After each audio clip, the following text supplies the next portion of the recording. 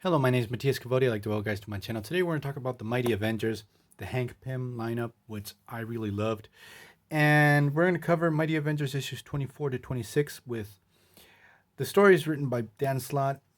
In the first issue, we have art by Rafa Sandoval.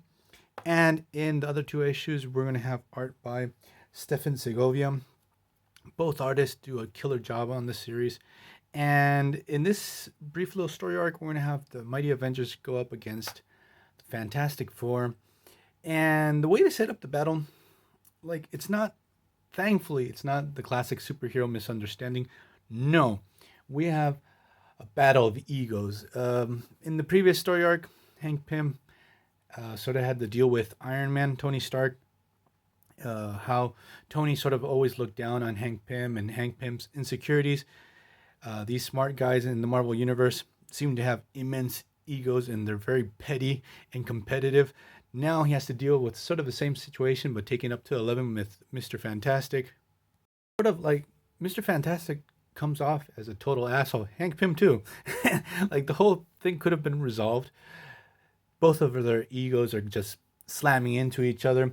And it may seem a little bit stupid, but I've actually known people or been in situations where very, very smart people uh, have these type of exchanges and things get really bad very quickly. I used to be a professor in the university, at my local university, and I would see these very, very educated people act like children fighting over very stupid stuff all the time.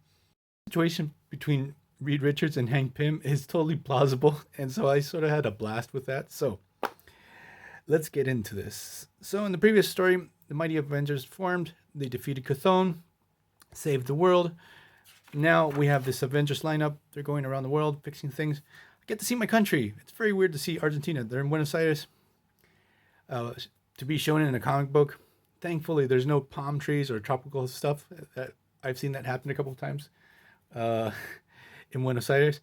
And they're fighting against Swarm, and then I realized they're fighting against the next Nazi, and that's like the only thing. They'll like if you get a story with Argentina, it's that there's Nazis hidden in our country. Yeah, that did happen historically, but just let go, please. I would love to have a story take place in my country that doesn't involve Nazis. Love Swarm. He's a C-list Spider-Man villain. So what's going down is Norman Osborn's trying to hunt down these Mighty Avengers. Obviously, they're a rogue team. This is during the Dark Reign, where most of the villains are posing as superheroes. So you had the Dark Avengers, you had also the Thunderbolts and all that. That was a really good time of comic books. I really enjoyed it. And the Mighty Avengers are sort of going to start working with this organization called Grandpa. I'd totally forgotten about these guys. And it's like another version of S.H.I.E.L.D., mainly focused on Europe and Asia and stuff like that. And so it's sort of cool to see these characters put into this Mighty Avengers series. I don't work with Shield anymore because obviously Shield has become Hammer. So Osborn is trying to hunt down Hank Pym. Hank Pym sort of pulls a fast one on him and just disappears. He can't find these Mighty Avengers to stop them. Lineup actually was sort of brought together by Loki, who's posing as Scarlet Witch, and he's using this team just to really destabilize Norman Osborn and just really push him over the edge and just basically drive him crazy.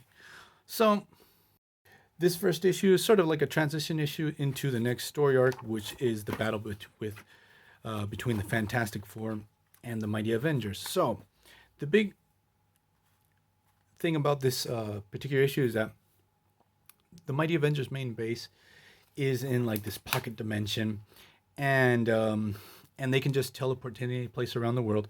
But this whole situation is sort of unstable, and this base is just going to disappear out of existence if they don't get a device that Bill Foster, Hank Pym's old associate, this device can stabilize this whole situation. So Pym contacts Reed Richards because, oddly, for a very odd reason, Thing actually inherits this technological device. And Reed Richards is like, no, I can't trust you with that. I'm not going to give it to you. and things escalate very quickly. And so they have an exchange, and here's like the writing here is just priceless. Like maybe somebody might think this is stupid, but again, I've seen this type of situation take place between smart people, so it just made me remember about that. Basically, Hank Pym escalates the things and just tells Reed Richards to go fuck himself. And obviously, like Thing, Sue, and Human Torch is like, whoa, why did you do that? Like, that was just totally not necessary. You just could have given him the device, but the way of how each of these characters touch their respective egos and insecurities is like Reed Richards. No, I'm not gonna give it to him. Pym hatches up a plan into how to infiltrate the Fantastic Four's base and steal this device. And there's a really good detail that Cassie Lang, Ant-Man's daughter's not happy with this because her father used to be part of the Fantastic Four. She used to live at or passed a lot of time with the Fantastic Four. She sees these guys as family. So she's not down with this whole situation. Quicksilver and U.S. Agent go do a job for Grandpa in China. They have to go investigate something involved with Inhumans. That's going to be part of a really good story arc that comes after this. Sort of explains to Casey and Vision, look, outside of the need of the space, Hank Pym has this specific type of technology that he can't take into the normal dimension for reasons it's not explained. Discover further down the line is that the whole base and this technology is all part of Hank's plan in trying to bring back Wasp to life, back to the normal Marvel universe. So the Mighty Avengers start the attack. The way they orchestrate the attack, it's pretty cool. And Reed Richards is super smart, so he realizes what's going down pretty quickly. And so we get Vision posing as the Red Ghost. We have Hercules posing as the Red Hulk.